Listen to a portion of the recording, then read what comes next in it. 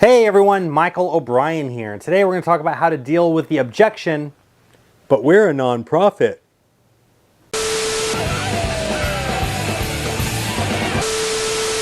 Hello my friends, welcome back to another episode of Advice for Magicians, where my job is to make you the best possible entertainers that you can be. On today's video, I wanted to talk about how to handle objections, specifically when you're trying to book a client and you give them your price and they respond back with, but we're a nonprofit though. So like, can you give us your best price, right? This is an objection that you'll hear every once in a while, especially if you're like in the corporate world where you're doing a lot of company holiday parties or companies rent you out to help them drum up some business, or maybe they're doing a charity fundraiser or something like this, right? So the question becomes, how do you handle a response like that when someone says, we want to book you, you look great, but like, you know, we're a nonprofit, so like, can you cut us a break? In this video, I want to talk about what a nonprofit is, first of all, because I think there's a lot of misconceptions around what a nonprofit is, how they're different from a regular for-profit business, and then what you can do to sort of combat this, you know, kind of silly objection, because in my opinion, it is that. It's just silly. So before I do, I wanted to get some business stuff out of the way, right? So if you're new here, welcome. Please click the subscribe button and don't forget to ring the bell so that you guys know anytime I upload a new video. A lot of people watch my channel, but a lot of them are not subscribed. So if you guys are binging my content, please go ahead and click the subscribe button. It really mean a lot. And we got some new members. Some new folks have joined the mob, and I'd love to shout some of them out here. So ladies and gentlemen, please say hello to Bob McMahon, Jim Hathey Magician, Victor Globa, and Jeff K. Thank you guys for becoming members.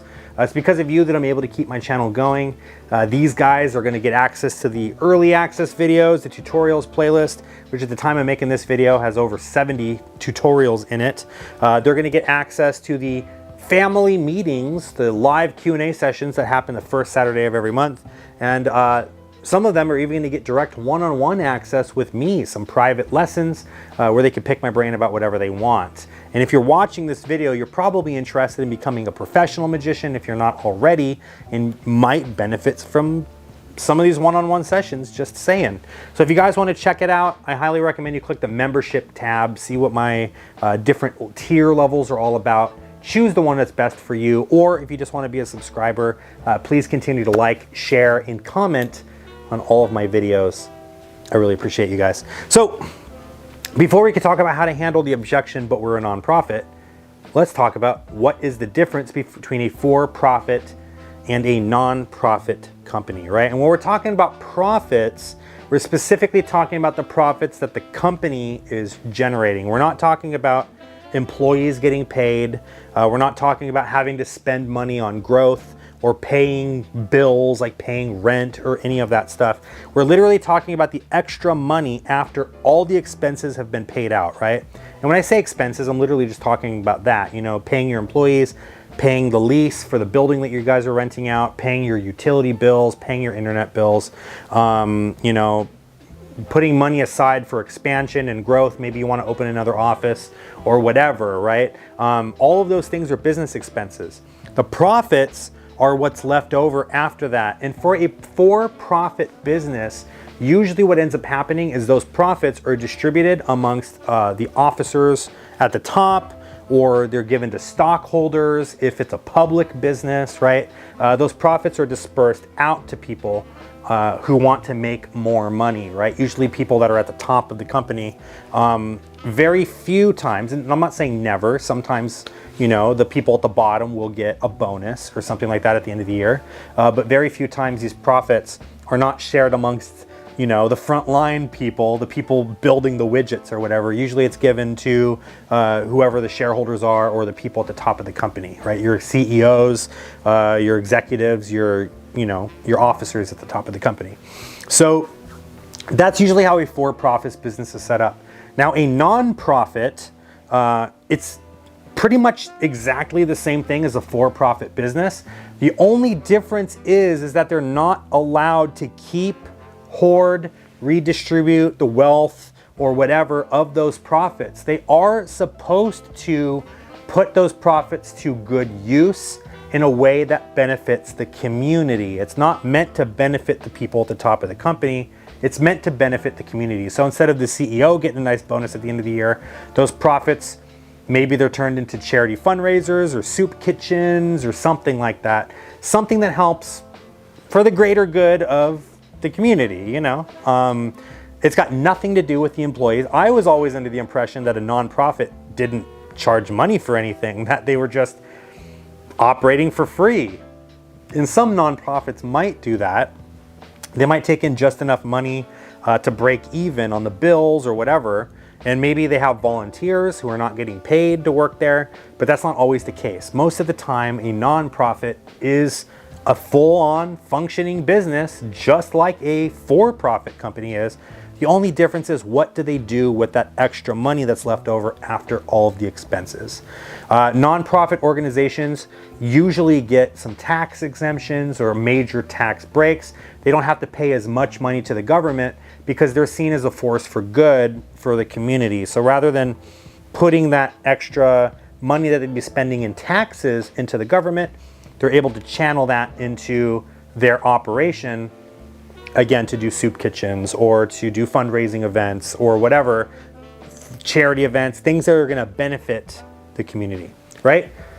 So if a nonprofit and a for-profit literally work the same way for the most part from like a money making standpoint, the objection, sorry, I can't pay you that much because we're a nonprofit, is not a valid argument in my opinion. Now, it may be that you're outside of their budget, but it's not because they're a nonprofit. It's because you're outside of their budget, right? There are plenty of for-profit organizations that I've given them my quote and they're like, oh my God, Michael, you're like the coolest magician I've ever seen in my life.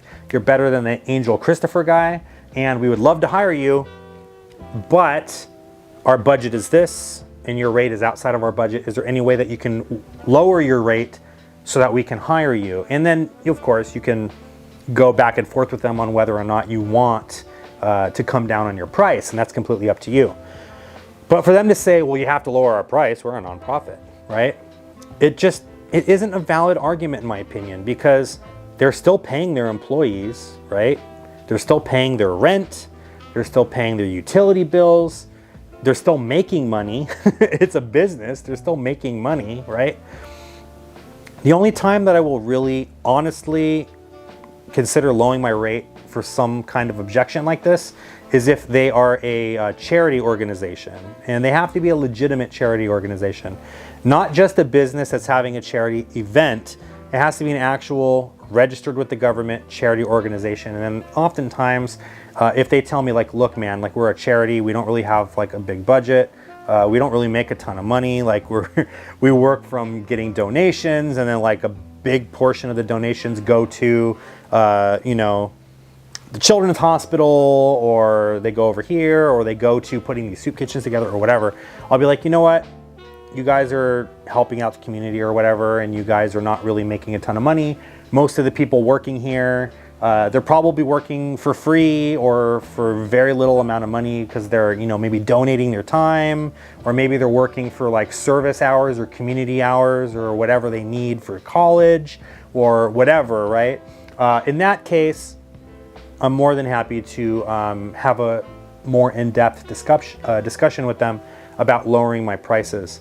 But if they just come at you with, I'm a nonprofit, I don't want to pay you as much because we're a nonprofit, that just doesn't make sense to me. And what I usually will tell the client is I'll say, first of all, don't argue with them. Don't be like, hey, you're a nonprofit, you have the money for it, even though they might, right? What I usually say is something along the lines of, if you guys are a charity organization and you're registered as a charity, I do have a discount for that, right?